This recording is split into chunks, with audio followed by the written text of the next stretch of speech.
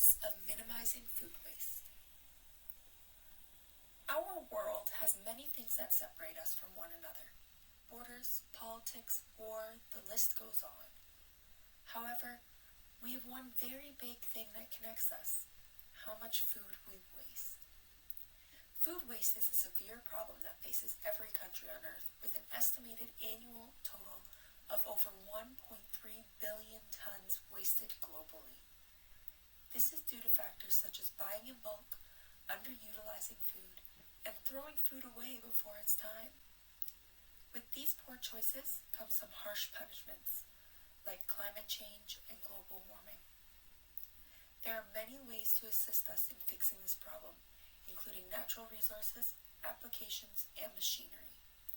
These methods collectively would be called green technology.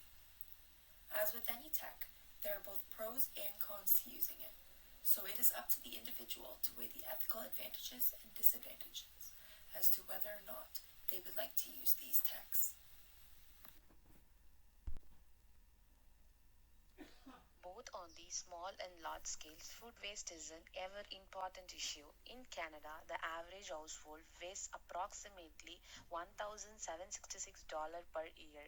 Adding this to the vast amount of waste that the food industry produces, Canadians spend an estimated $17 billion every year on food that will just end up in a landfill. On the individual level, when a consumer sees item on sale, they tend to buy in bulk without a thought of necessity, often leading to forgotten foods that have gone to waste. When it comes to vegetables such as broccoli and cauliflower, a lot of people do not make use of all the edible parts, leaving an excess amount to be thrown away. Finally, when they are deciding when and where to throw this food away, most people are misguided. A common misconception is that if an item is past its best before date, it should be placed in a garbage immediately. However, many food can last several days after the printed date. Yogurt, for example, is good for up to 10 days after the best before date. Within the food industry itself, there are many parts that play a part in food waste. One of these factors is that when prices become too low on produce, it is cheaper for farmers to plow under their fields than it is to harvest. Another factor is something called superficial food preferences, where consumers and corporations would rather purchase food that is visually appealing than the food that is not. Due to this inclination, many healthy foods, including fruits, vegetables, meats, fishes, and everything in between, gets tossed in the garbage. Not only is this blatant waste harmful to our wallets, it's also harmful to our planet.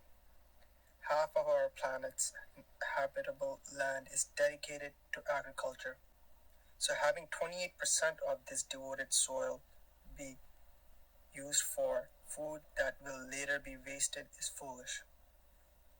In addition to this acreage, landfills take up a huge part of the Earth's surface as well. Canada has around 2,400 landfills on its own, with the state's numbers being even higher. The exorbitant amount of waste that ends up in these landfills is creating astronomical levels of damaging greenhouse gas emissions. The main gases are CO2 and methane, which absorb the sun's heat and in turn warm the planet to unnatural temperatures. This causes a ripple effect on the world which affects all forms of life in the plant and animal kingdoms. These disturbances are often irreversible, so it is smarter to prevent them from happening in the first place. Some green technologies that aid in the lessening of the ecological footprint that comes with food waste are things such as Hungry Harvest, Olio, and Copia, which are essentially food sharing apps. The users, whether it be personal or business, can place whatever food they have an excess of on this app, and it will be distributed to those who need it. This could be a charity, homeless shelter, after school program, or simply your neighbor. Another app that is helpful in minimizing food waste is called WinNow, which assists kitchens in learning about their behaviors in regards to food waste in order to change them. With apps not being easily accessible to all, especially in more poor countries, there is one green tech that can have no limits on who it can reach: composting. This is the act of taking your food scraps and turning it into soil over time. Due to the global accessibility, we chose composting as one of the pillars for our assignment. Along with changing our purchasing habits and using all edible parts of our foods, composting was a simple way we realized we could make a big difference. The road to personal food waste reduction begins at the grocery store, local farmers market, or even our own backyard gardens. Where we choose to buy our food from has a big impact on the ecological footprint we are creating. By shopping local and only buying what we needed, we saw a decrease in the amount of food we threw out at the end of the week. Those of us that are fortunate enough to have a garden were able to get our vegetables right from the soil itself. The next stop on the road is making the most of the food we have. There were a few areas in which we realized we could improve on this factor. The first and foremost was being to use all parts of the food that we can. Often it's only the florets from broccoli and cauliflower that were being eaten in our homes, even though the stems have the same nutritional waste and taste.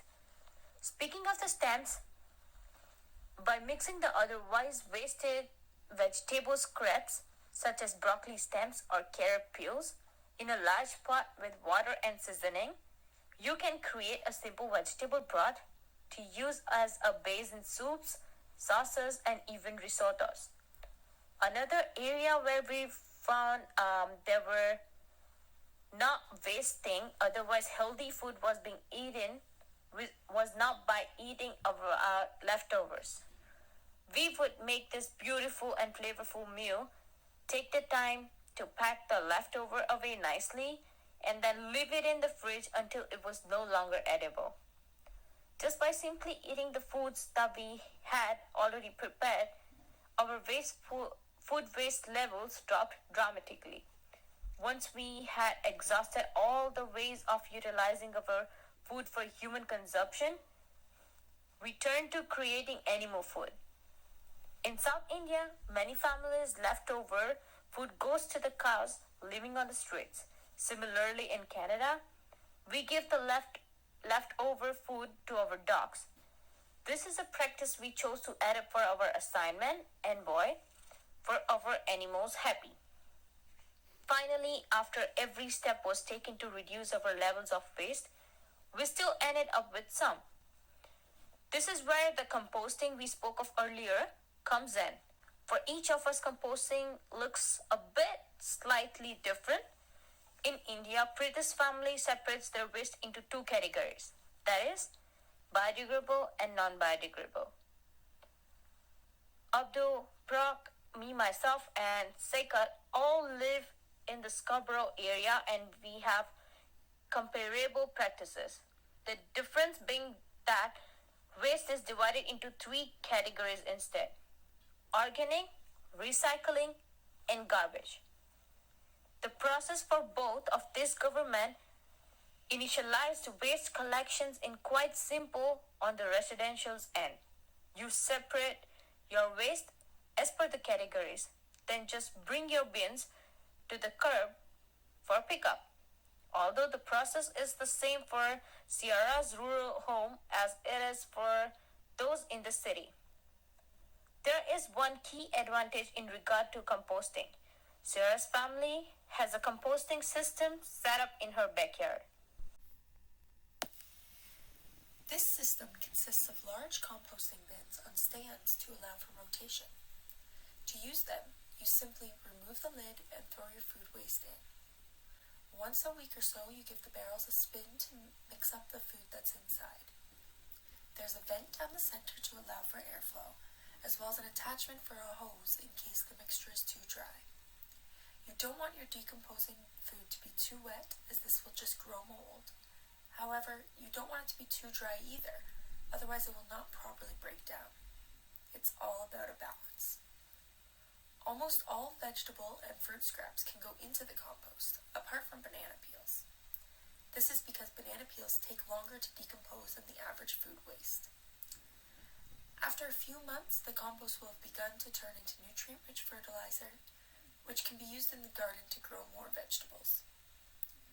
This never-ending cycle is a great way to stay self-sufficient and minimize your impact on the environment.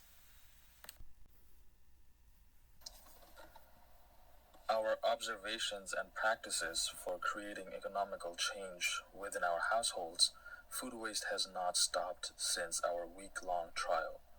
We continue to make an effort to minimize the negative impact that we as individuals have on the planet.